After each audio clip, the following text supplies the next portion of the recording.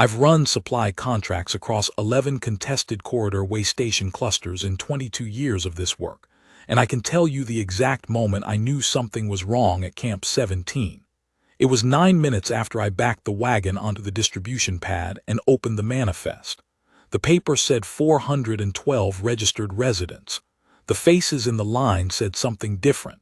Not the number, I couldn't count faces in a line that fast. Something else. The way people hold themselves at the front of a distribution line tells you everything about how that line has been running. At a fair line, people are tired and hungry, but they're upright. At a short line, a line that has been short for a while, people curve inward. The shoulders do something. The eyes do something. After 22 years of walking supply wagons into camps that range from adequately managed to the other kind, I can read the posture of a distribution line before I've checked a single weight. I check the weights anyway. I always check the weights. My name is Cale Marsh. I'm 47 years old, a compact auxiliary corps independent supply contractor, which means I drive a wagon full of rations from compact staging posts to the camps and transit nodes that can't be reached any other way. The contested fringe facilities, the way station overflow settlements, the borderline camps that the standard resupply network doesn't reach on the timelines people actually need. I've been doing this work since I was 25 and took a single-run contract to cover a medical leave and never went back to what I was doing before. The work is not complicated. You read the manifest, you calibrate the scale, you run the distribution, you document what you find, and you leave the camp in a condition you can sign your name to. That last part is the one that sometimes takes longer than the rest. Border Relief Camp 17 sat on a flat shelf of hardpan about 30 kilometers inside the Keth-Sorrel contested fringe boundary. The kind of terrain that is technically administered by the compact, but practically administered by whoever has a contract to be there. It was a transit camp in the standard sense, people waiting for transit instrument processing clearance, which could take anywhere from 3 weeks to 8 months, depending on the processing backlog and the political status of the fringe zone at any given time. 412 registered residents, families mostly, from the Velsoren fringe settlements that had been disrupted by the last round of contested territory realignment, some unaccompanied adults, and some children who had arrived on adult instruments that had become separated from their holders through the standard chaos of a fringe evacuation. The triage, the manifests, the shuttles that don't all go where they're supposed to go. The camp was run by a man named Dorvith Sale. I want to be precise about what I mean when I describe him, because imprecision would be unfair. He was a contract camp administrator, compact certified, technically in compliance with every posted regulation. He was around 50, heavyset through the shoulders, with the particular quality of patience that comes from knowing a situation is arranged in your favor and waiting for it to play out. He stood at the edge of the distribution pad when I arrived and watched me unload the scale from the wagon with the expression of a man who has seen inspectors before and has learned through experience that speaking is the thing that gets you into trouble. So he didn't speak. I didn't speak to him either. I set up the scale and opened the manifest and started the line. The grain allocation was short, not in a way that announced itself, not the kind of short that you'd catch if you were running the line quickly and not measuring. About 11%, averaged across the first 40 distributions I recorded in the morning. 11% doesn't sound like much if you're not thinking about it clearly. In a population of 400 people running on subsistence transit rations, 11% is the difference between a body that is managing and a body that is not. Over weeks it compounds. I noted it in the manifest log and kept working. I also noted that the child portions were shorter than the adult portions, by a margin that had nothing to do with any compact standard pediatric allocation guideline I had ever read. The guidelines are clear and have been clear for decades. Children in transit residency receive the same caloric allocation as adults, adjusted for body mass, with a minimum floor that applies regardless of body mass, because growing bodies in stress conditions require consistent intake regardless of size. The portions coming off the pre-weighed stack, which had been prepared by camp staff before my arrival, which was the first indication that the problem was structural rather than incidental, were not meeting that floor. The pre-weighed stack meant this had been the system, not a mistake on a given day. I started reweighing. Dorvith's sail moved from the edge of the pad to somewhere closer to my left shoulder. I registered the movement the way you register whether a change in the environment, useful to know about, not something to respond to directly. He still didn't speak. I continued the reweights. The child at the front of the line when I started reweighing was about 9, Velsoran, copper-skinned, with large eyes that had the particular stillness of a child who has learned not to move quickly in a distribution line because sudden movements attract the wrong kind of attention. She held her allocation container with both hands and watched me add to her portion without comment, and then she walked away with her eyes on the ground. I noted the addition in the log. She came back about 40 minutes later. She had been at the end of the line when she'd first come through. She'd received her portion, walked to the back of the reforming queue, and waited again. I don't know how long she'd been at the camp. Long enough to know that the line was the thing to be in, and that a second pass sometimes produced a result if you were quiet about it. I gave her the second portion. I noted it in the log with its reason. I did not look at Dorvith's sail. The line continued through the morning. It was past midday when the girl came through, the one I want to tell you about. I noticed her because she came to the distribution table alone, not in a cluster of family, not attached to an adult, at a time when the line had thinned to late arrivals and the main crowd had dispersed.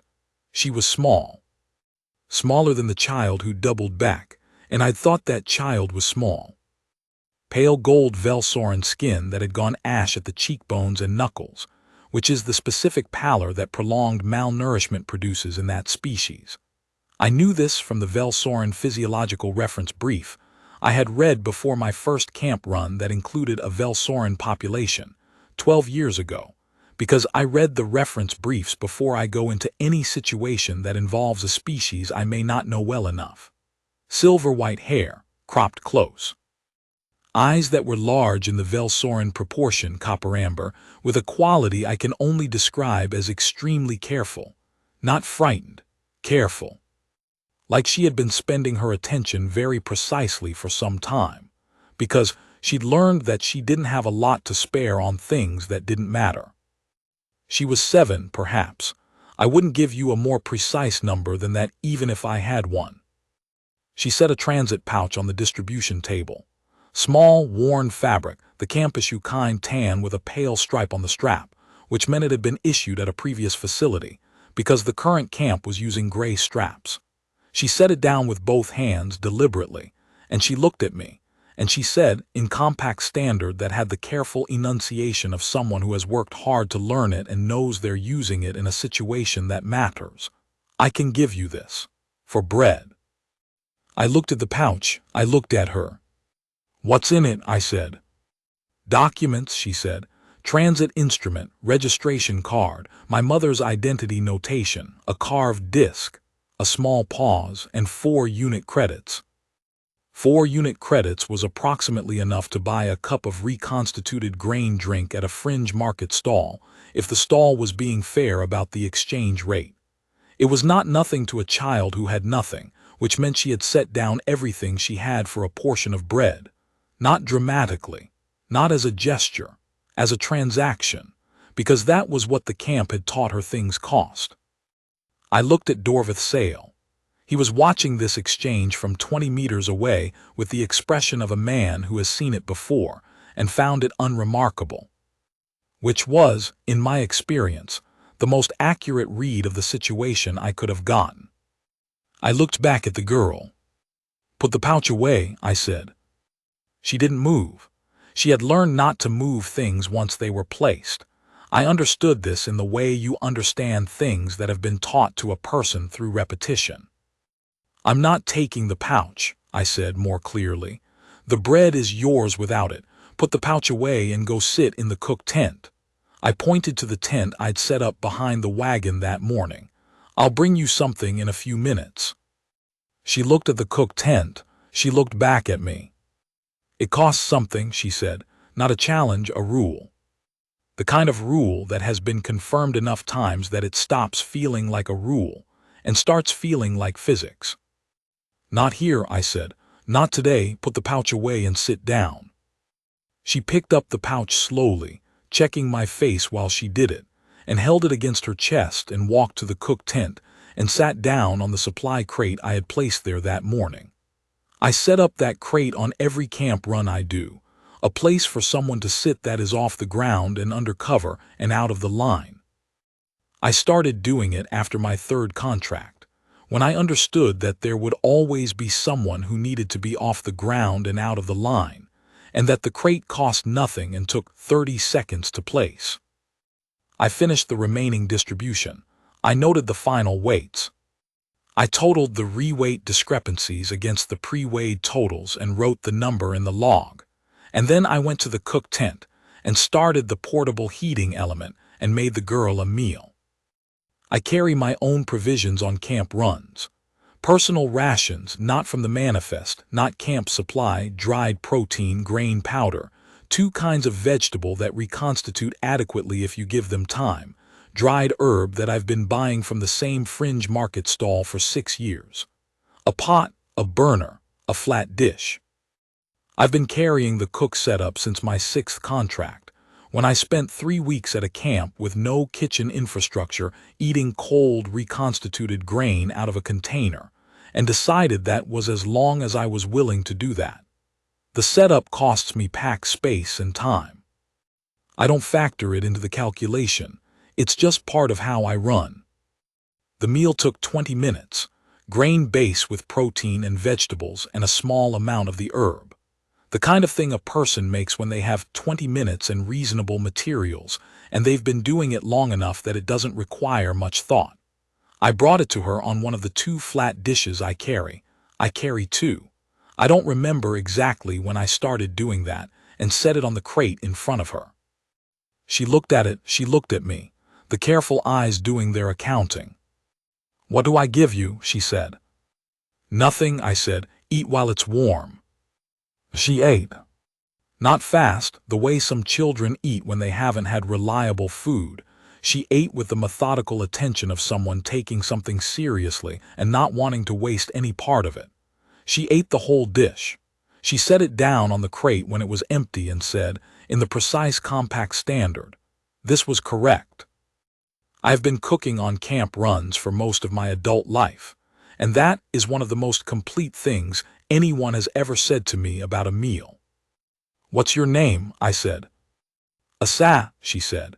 "Velsoren House Line Keth Morin. My mother is Sev Coral Morin." She said this in the register of a formal introduction, name, house designation, nearest family member, which I recognized as the Velsoren way of establishing identity in a new situation with an unknown person. I had it in the reference brief. I received it as it was meant. "Cale Marsh," I said. "Supply contractor, compact auxiliary corps, independent certification. I'll be at this camp for 2 more days." She nodded once, with the deliberate quality of someone logging information in a reliable place. "Where is your mother?" I said. A brief silence. Children in difficult situations sometimes pause before answering that question because the answer is one they've been carrying alone, and they're making a decision about whether to set it down. "Medical hold," she said. "She had a breathing problem 6 days ago. They said she would be there until it resolved." A pause. 4 days ago, they stopped bringing me information about her condition. "Have you been managing by yourself for 6 days?" I said. "Yes, no particular weight to it, an operational fact." "And eating from the distribution line?" "Yes," a shorter pause. "The portions have not always been the correct size." I thought about the pre-weighed stack. I thought about the 11%, and what 11% meant over 6 days to a child whose baseline going in was already insufficient. I looked at the manifest log in my hand. I looked at Dorvith Sale, who was now standing at the far end of the distribution pad, talking to a camp staff member with the studied casualness of a man who is paying very close attention to something he's pretending not to watch. "I'm going to look into that," I said. "Is there somewhere you sleep?" She pointed toward the eastern section of the camp, a row of composite transit shelters, the folded panel kind, compact standard issue, which are functional and provide basic weather protection in temperate conditions, and are notably inadequate in open terrain fringe wind. "Unit 14, she said. "Is it covered properly?" The particular quality of the pause that followed told me everything I needed to know about what partially covered meant as a lived experience. "You can stay in the cook tent tonight," I said. "The heating element runs through the night on the camp's fuel cell allocation. There's a sleeping mat in the wagon." She looked at the cook tent. She looked back at me. "Does it cost?" "Asa," I said. "Nothing here costs you anything. Not the food, not the mat, not the tent. I want you to understand that as a fact and not a temporary arrangement that will change. All right." She looked at me with the careful eyes. She was filing it.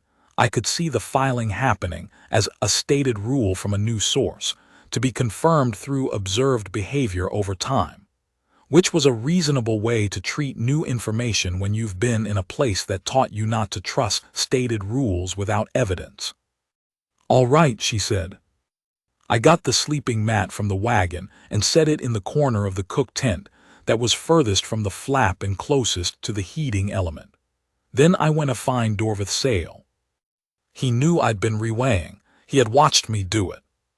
The smoothness with which he produced an explanation told me he had prepared it in advance. Prepared it for a compliance inspector, most likely, because that was the oversight mechanism he'd been managing against. A supply contractor with a manifest and a scale was a different instrument, but the explanation worked for both.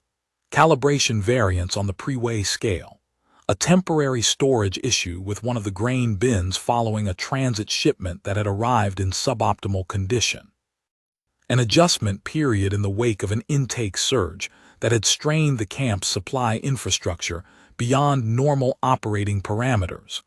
All of it was technically possible. None of it added up to 11% running consistently short over 40 distributions, because calibration errors run in both directions and storage issues don't know which residents are children. I told him I was noting the full discrepancy in the supplementary manifest log and would be completing a reweight of all remaining inventory before the transfer documentation was signed.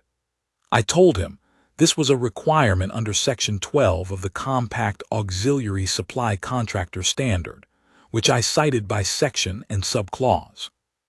I told him I would also be noting that the pediatric minimum floor allocation had not been met, that this required correction from existing inventory before the transfer was finalized, and that an unaccompanied minor, registered resident ASA, instrument KM 7741, VEL, required a formal welfare register entry as a pre-transfer condition. He said that seemed like a thorough approach. I said it was the standard approach. We looked at each other for a moment. The fringe wind moved across the hardpan. The camp sounds continued around us. "The child's mother is in medical hold," I said. "How long is the expected stay?" "Respiratory cases are unpredictable," he said. "We're managing her care." "Her daughter has been unaccompanied for 6 days," I said. "The welfare register should reflect that." "She's registered on her mother's instrument," he said. "She's not technically unaccompanied in the formal classification." "She is effectively unaccompanied," I said. "The welfare register notes the effective condition, not the technical one. That's what Section 7 of the Camp Welfare Standard specifies." I had read the Camp Welfare Standard before this contract. I read the relevant standards before every contract. "I'll have the reweight complete by this evening." I went back to the wagon and did the reweight.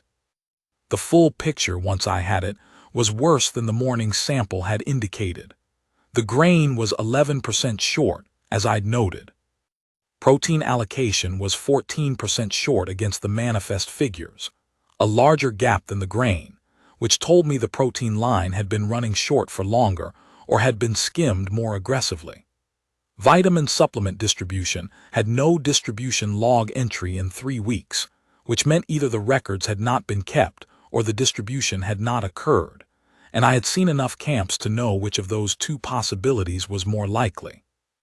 The pediatric allocation, which in a compact standard camp is drawn from a designated supply line separate from the adult allocation precisely, so that it cannot be shorted without explicit action, had been folded into the general allocation and distributed at general rates without any minimum floor adjustment. This was not a calibration error, this was a design. I completed the reweight. I completed the corrective reallocation, pulling the shortfall from the general inventory to meet the pediatric minimum floor, noting this in the manifest as a pre-transfer distribution correction. I wrote the supplementary notation, 4 pages, specific, citing the reweight methodology and results against the manifest figures, the pediatric allocation variance, the distribution log gaps, and my observational notes from the morning line. I attached the notation to the camp's transfer copy as required by Section 12, and I noted that I would be submitting a copy to the Compact Auxiliary Supply Coordination Office upon my return to the staging post, and that I was recommending a compliance review, which was not required by Section 12, but which the record clearly needed. Dorvath Sale came to the wagon 3 times during the afternoon while I was completing this work. The first time, he asked how the documentation was progressing. The second time, he suggested that the supplementary notation might be disproportionate given that the discrepancy was attributable to the factors he had described, and that a brief note acknowledging the calibration issue would be sufficient for the transfer record. The third time, he brought the camp's deputy coordinator, and the conversation moved into a register that required me to cite Section 12 twice more by section number, subclause, and the specific language about contractor obligation to document and report irregularities as a condition of completing the transfer. I was polite throughout. I remained at my position at the wagon's rear cargo area, with the scale and the manifest log and the supplementary notation in progress, and I explained as many times as was necessary that the transfer documentation required the notation, and that the notation required my signature, and that my signature required that the notation accurately reflected what I had found. This is not a complicated position. It does not require confrontation to maintain. It requires that you have read the standard, which I had, and that you are willing to say so, which I was. Eventually, Dorvath Sale signed the acknowledgement copy. I completed the transfer documentation. I walked to the Welfare Register office, a composite shelter near the camp's administrative center, and made the 4 entries I had determined were necessary: the distribution irregularity and its resolution, a SAS unaccompanied status and the care provided, the compliance review recommendation, and a 4th entry I will describe separately. Then I went back to the cook tent. Asa was sitting on the supply crate. She had found in the wagon's unlocked accessible storage area, the section I keep unlocked because it contains nothing that requires locking, a corridor system map of the Kethsoral Transit Zone, printed on folded transit stock paper, which I carry as a navigation reference even though I know the routes well enough to run them without it. The map was open on her knees, and she was reading it with the focused attention of someone who is not looking for information. They don't have, but checking information they're fairly sure they do. I sat down on the wagon's running board, which put me at roughly her eye level. "Do you know where we are?" I said. She pointed to a location on the map with one careful finger. She was accurate to within about 15 kilometers, which is precise work for a 7-year-old navigating from a corridor system map that wasn't designed for ground-level reference. Yes, she said, we came from here. She pointed to the Kethmoran fringe cluster about 200 kilometers southeast. We were traveling to here. She pointed to the processing node on the far side of the contested territory, the standard Velsoran clearance destination for the Kethmoran house lines. But we stopped here. She tapped Camp 17's location again, because my mother became ill. That's right, I said. How long had you been traveling when she became ill? 9 days, she said. It was the third camp. We had been at 2 other transit facilities before this one. She began refolding the map along its original creases, which took some patience because it had been folded and unfolded many times, and the creases had started to work against each other. This camp was supposed to be a transit point only. We were supposed to be here for 4 days. You've been here for 6. The breathing problem became serious on the 3rd day, she said. Before that it was managed. She completed the final fold and set the map on the crate with precision. She has this problem sometimes. It has a name. She has medication for it. I had noted this in the welfare register earlier. The medical hold, the respiratory case. But I had not yet investigated what managed with medication meant in practical terms. Does the medical hold have her medication? I said. Asa looked at me. The accounting in her eyes was patient and exact. No, she said. I asked on the 2nd day. They said they had filed a request. I asked on the 4th day. They said the request was pending. I sat with that information for a moment. The compact medical supply chain for contested fringe camps runs through a staging system with a standard turnaround of about 10 to 14 days for non-emergency supplementation items. A respiratory medication for a known condition was almost certainly a supplementation item rather than a prescription pharmaceutical. Those require a different channel entirely and are much slower. Supplementation items I could check against the emergency medical kit I carry in the wagon.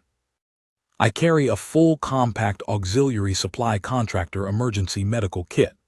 The kit specification sheet lists every compound in it and its approved applications. I had read the specification sheet when I first took on contracts that involved Velsoran populations, because I read the specification sheets for the equipment I carry. The Velsoran respiratory supplementation compounds are in Section 4 of the kit, under species-specific emergency applications. I need to check something in the wagon, I said. I'll be back in a few minutes. Will you be all right here? She looked at me with a quality that, in an older face, I would have called wry. I have been managing for 6 days, she said. You have, I said. Stay warm. I went to the wagon and opened the emergency medical kit and read Section 4 against the medication description Asa had given me. The name she used was the Velsoran common name, which matched the compact generic name in the specification sheet by the cross-reference table in the brief's appendix. The compound was there. It was within its use-by window. It was listed as appropriate for the presentation Asa had described. I took it to the medical hold. The lead practitioner was a woman named Kethsorel Davin, around 45, who had the efficient manner of someone managing more patients than her facility was designed for with resources that had been declining for longer than she was comfortable discussing. She read the compound label, cross-referenced it against her case file, and looked up at me. This is exactly what we need, she said. I know, I said. It's in the emergency kit specification under Velsoran respiratory supplementation, Section 4. The compound name cross-references to the common name through the species brief appendix. I carry the current brief for every species in my regular contract zone. She looked at the compound. Then she looked at me with the expression of someone who is revising an estimate she had been making about a situation for longer than she realized. I'll begin the supplementation this evening, she said. There's a child named Asa in the cook tent behind the supply wagon, I said. She's been in the camp alone for 6 days while her mother has been here. I've made a welfare register entry. She's eating adequately now and has a covered place to sleep, but you want to know when her mother is well enough to receive visitors. Keth Sorrel, Davin wrote something in the case file. I'll send someone, she said. I went back to the cook tent. This was my welfare register fourth entry, the medical supply, and I had made it there, at the hold, with the practitioner present, so that the record reflected both the gap and its resolution at the same location in the administrative trail. I am particular about administrative trails. They are the thing that tells the next person what happened. The evening light on the Keth Sorrel hardpan comes in at a low angle and turns the dust pale gold. I've noticed this on enough runs through the fringe that it's become familiar, a feature of this particular part of the work. I sat on the wagon's running board in the late evening light and made dinner while Assass sat on her supply crate and watched the process with the focused attention she brought to most things. She had taken her notebook out of the transit pouch. It was a small gray camp-issue notebook, the kind given out at intake, and she was writing in it in a notation system I didn't recognize from anything in my reference library, columns and abbreviated codes, information organized the way someone organizes information when they've been taught by a person who does it professionally. What are you writing? I said. The camp record, she said. Our house line's transit movement record. My mother keeps it. She has kept it for 18 years. She added an entry without looking up. I keep it when she cannot. I brought her the food. She ate with the same careful attention as before, the attention of someone who has decided that this is a serious matter and should be treated seriously. When she finished, she set the dish down and picked up the notebook again. Is the camp in the record? I said. Yes, she showed me the page. It was laid out in columns, dates, transit instrument numbers, camp registration codes, daily supply allocation notations, medical hold entry date. Below the column structure, a section in Velsoran script that I couldn't read, and then below that in Compact Standard, Contact, Cale Marsh, Supply Contractor, Compact Auxiliary Corps Independent Certification. Distribution corrected, medical supply sourced, care adequate, welfare register updated. I sat with that for a moment. 4 lines that were an accurate description of what had happened at Camp 17 in the past several hours. That's a good record, I said. My mother taught me, she said. She says a record that is current is a record that is useful. A record that has gaps is a record that has been abandoned. Your mother's right, I said. What's the record for? So that the house line knows where every member has been, she said, and what happened to them, and who helped when help was needed. She closed the notebook and held it in both hands. My grandfather's name is in the record, his parents' names, his parents' parents. All the transit movements since the original settlement. The original Velsoran settlement transits had occurred roughly 300 years ago, when the Velsoran population had arrived at their current cluster, following an interstellar journey that the compact historical record described in broad strokes, and the Velsoran house line records. I learned this later, described in precise and specific detail in the notation columns that their record keepers had maintained for the entire journey. 300 years, I said. 312, she said. The house line was established 4 years before the original settlement transit was completed. My mother can show you the first entry, a pause, when she is well. I look forward to that, I said. She looked at me with the careful eyes. You are going to be in the record, she said. Your name and your designation number and the date, and what you did. What I did was straightforward, I said. Many things are straightforward, she said. Not everyone does them. I made 2 cups of tea from my own supply, dried leaf from the same fringe market stall as the herb, which reconstitutes correctly if you know the water temperature and the steeping time, and gave her one. She received it with both hands, which I was beginning to understand was the Velsoran way of receiving something from someone you have decided is worth the gesture. We sat in the cook tent in the cooling fringe evening, And I drank my tea, and she drank hers, and outside the wind moved across the hardpan in the long, steady way of open-terrain wind that has nothing to interrupt it. After a while she said, "May I ask you something?" "Yes," I said. "Why do you do this work?" I considered the question. I've been asked it before in various forms by people who mean different things by it. Sometimes they mean, "What made you choose it?" Sometimes they mean, "Why do you keep doing it when it is clearly difficult?" I've learned to ask which question someone is actually asking before I answer the wrong one. "Which question are you asking?" I said. She thought about this. "The second one," she said. "Why you keep doing it?" "Because it's the kind of work where what you do directly changes whether someone has enough to eat today," I said. "There's not a lot of work like that. Most work, you're a long way from the actual effect of what you're doing. In this work, the distance is very short." I turned the teacup in my hands. "I like short distances." She absorbed this. "My mother says that too," she said. "She says the house line record is the shortest distance between someone who needs to know where their family has been and the information they need to know it." "That's a good way to say it," I said. She nodded, logging it somewhere. Then she reached into the transit pouch and took out the carved bone disc and held it on her open palm. It was about 5 centimeters across, flat, smooth edge from years of handling. A wave pattern incised on one face, clean and deep, the kind of carving that takes time and a steady hand and someone who has decided the object is worth the time. The design was a repeating wave.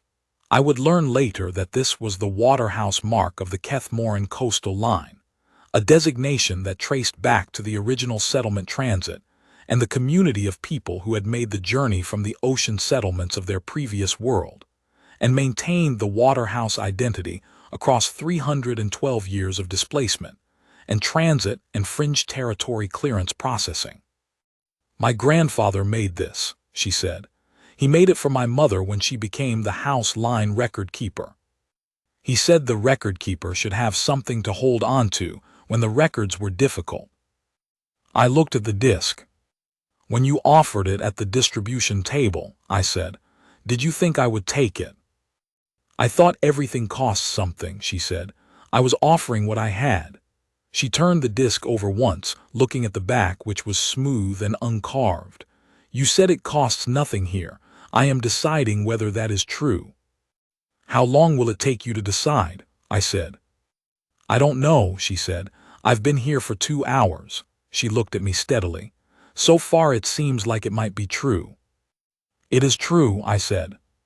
"The disc stays with you." She closed her fingers around it and held it against her chest, and the conversation moved to other things: the camp's location on the system map, the distance to the processing node, the expected timeline for her mother's recovery given the supplementation Keth Sorrel Davin was administering. Asa asked precise forward-building questions. Each answer produced the next question. I answered everything completely, without simplifying, because she was asking in the register of someone who wanted the actual information and would know if she was getting the simplified version. At some point in the evening, she went to sleep on the sleeping mat with the straightforward efficiency of a child who has enough now to sleep on. I finished the remaining documentation. I checked the wagon systems. I sat in the opening of the cook tent for a while with the completed manifest log and watched the camp settle into its nighttime pattern. The quieting, the lights going low, the fringe wind continuing its steady work across the hardpan. I put the disc on the wagon dashboard before I slept. She hadn't asked me to hold it. I did it anyway because the dashboard was where I could see it and I wanted to be able to see it. The second day ran cleaner than the first. Dorvith Sale had the distribution line running with correct pre-weighed allocations when I arrived at the pad at first light. He did not speak to me directly for most of the morning. His staff ran the line competently. The portions were correct. I ran spot reweights on 12 random allocations through the morning, All 12 were within the acceptable tolerance band. I noted this in the log. The correction is part of the record as much as the problem, and continued. At mid-morning, I walked to the medical hold. Kath Sorrel Davin met me at the entrance. She told me the supplementation had been effective. The patient's respiratory function had improved significantly within the first 6 hours of the treatment, which was consistent with the compound's documented timeline in the species brief. She expected the patient to be mobile and able to receive visitors by the following morning. She told me the medical hold staff had sent a message to Asa through the camp welfare office, confirming her mother's improving status. "That's good," I said. "Thank you for the update." "Thank you for the compound," she said. "We had a request in the supply chain for it for 12 days. I've been managing the case without it." Section 4 of the kit specification has been updated twice in the past 3 years, I said. The Velsorin respiratory compounds were added in the most recent update. If you want, I can leave a copy of the current specification. It might be useful to have on hand. She said she would appreciate that. I brought her a copy from the wagon. I carry printed copies of the specifications for all equipment in the wagon because electronic systems fail at the wrong moments, and left it at the medical hold administrative desk. I completed the transfer documentation in the afternoon. Full inventory, corrected distribution record, final welfare register entries, departure manifest. The supplementary notation to the Compact Auxiliary Supply Coordination Office was written clearly and specifically, citing Section 12 and the Compact Camp Welfare Standard and the specific discrepancies and their reweigh documentation. A compliance review was the necessary next step, and I said so explicitly, because the supply chain needed to know that this camp's records required an independent audit, and that the audit should happen before the next scheduled supply run. Dorvath Sale did not come to the wagon in the afternoon. His deputy came once to confirm the departure time and went away when I confirmed it. Asa spent the afternoon near the wagon. She had her notebook. She added entries to the record in the afternoon. I could see from the column structure that she was documenting the day's distribution correctly, noting the corrected portions, noting the medical hold update. After a while, she set the notebook down and came to where I was working and watched for a few minutes and then said, "Can I help with something?" "Do you know how to count inventory?" I said. "Yes," she said. "My mother checks the camp supply counts when we are in transit camps. She taught me the method." I gave her the secondary inventory check, the cross-reference count, which confirms the primary count by approaching the same items from a different starting point. It's the kind of task that is actually useful rather than performed useful, which children are often better at detecting than adults expect. She did it methodically and correctly, and flagged 2 items I had inadvertently transposed in the primary count. I corrected the transpositions and noted the correction source in the log. "Good catch," I said. "The secondary count is designed to catch those," she said. "My mother says if you do the count twice the same way, you make the same mistakes twice. You have to approach from a different direction." "Your mother's method is sound," I said.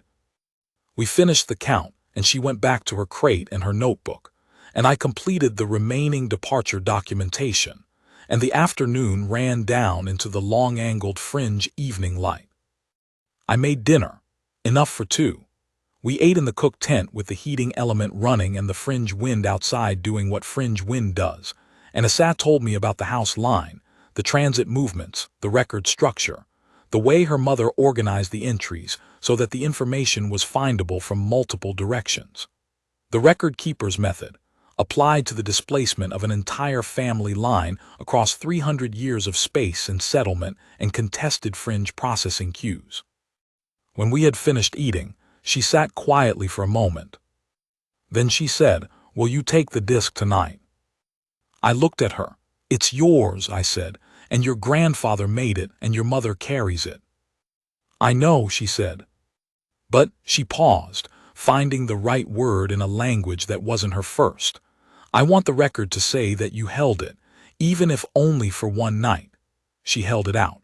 For the record to say that someone who didn't have to do anything held something of ours carefully while we were here. I took the disc. It sat in my palm, warm from hers.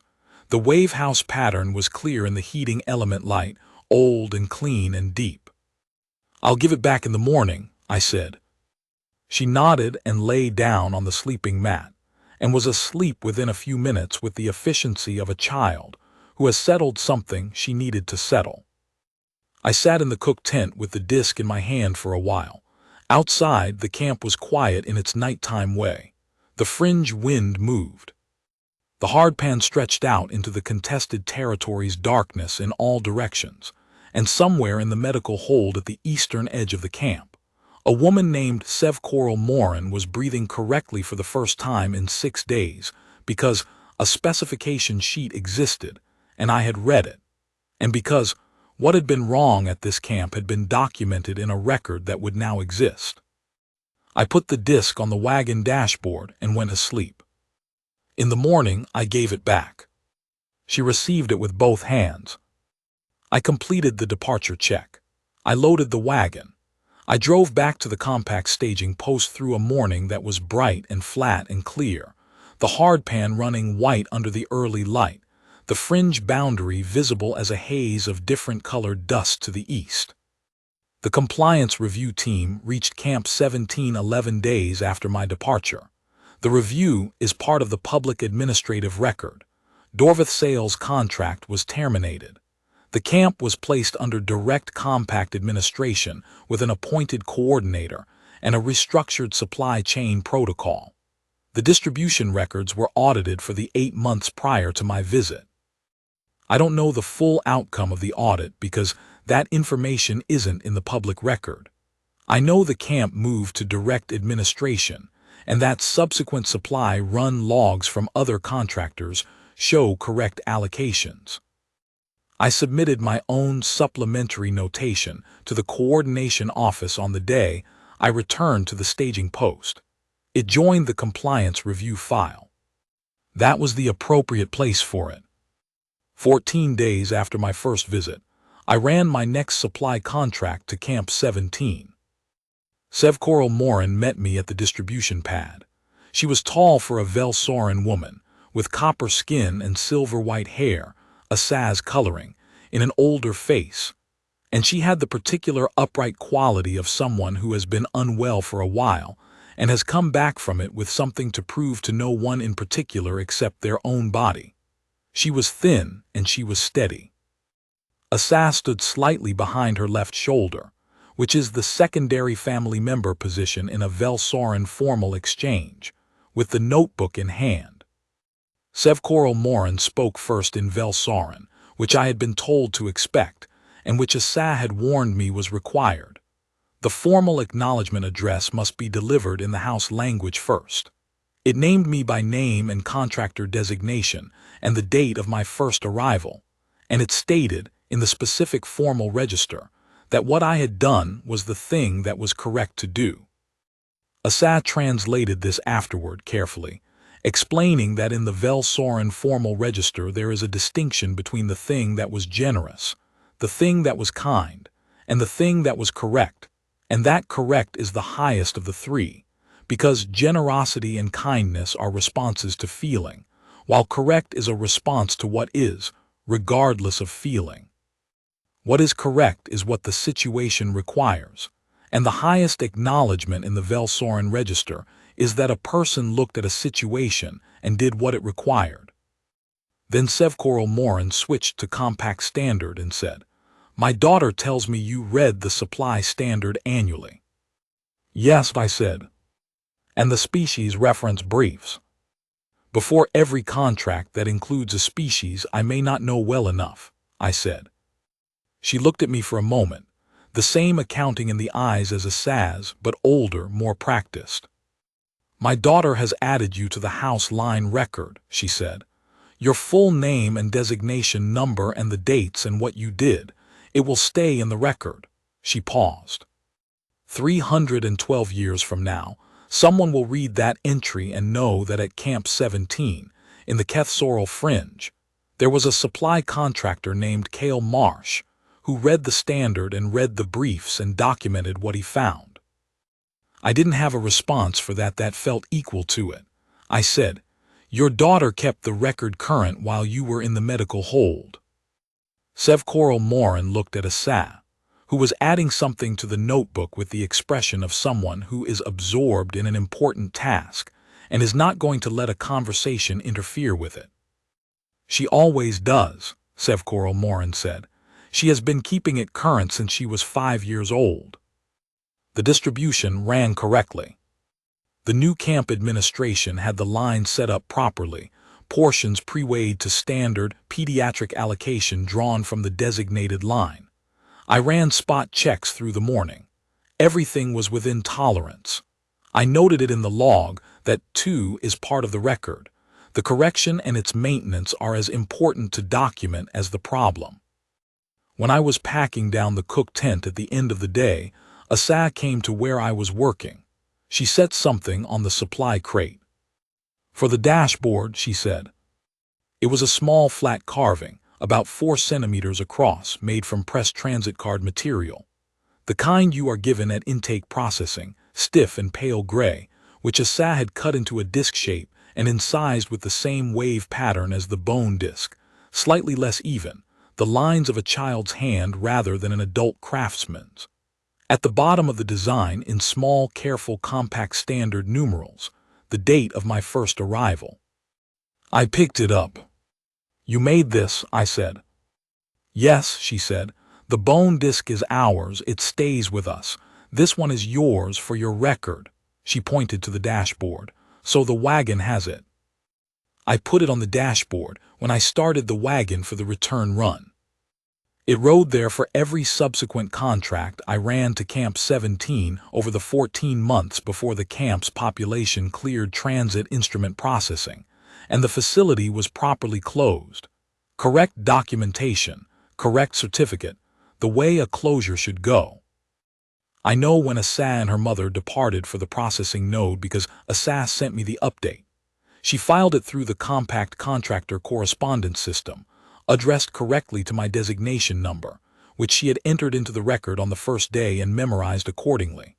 The message was 5 lines: date of departure, transit instrument status, processing node arrival date, confirmation that both instruments had cleared, and a note in Velsoran that she translated at the bottom. The wave finds its level. I put the correspondence in the wagon's secure compartment, with the compact auxiliary supply standard reference kit and the calibration tool and the species brief binder and the 2 types of cooling fluid. The press card carving stays on the dashboard. I've run 43 contracts since Camp 17, across 6 camp facilities and 9 way station overflow nodes. I've updated my reference briefs twice. I've read the current supply standard annual revision and noted the 3 sections that changed and understood why they changed and incorporated the changes into how I run the line. The crate goes out at every camp. The cook setup comes with me on every run. Some records you keep in the file, and some records you keep where you can see them when you start the work each morning, to remind yourself what the work is for. The disc on the dashboard is that kind of record. I look at it when I back the wagon to the pad. I look at it when I open the manifest. I look at it when I start the scale. Then I read the manifest, I calibrate the scale, I run the line. The work continues.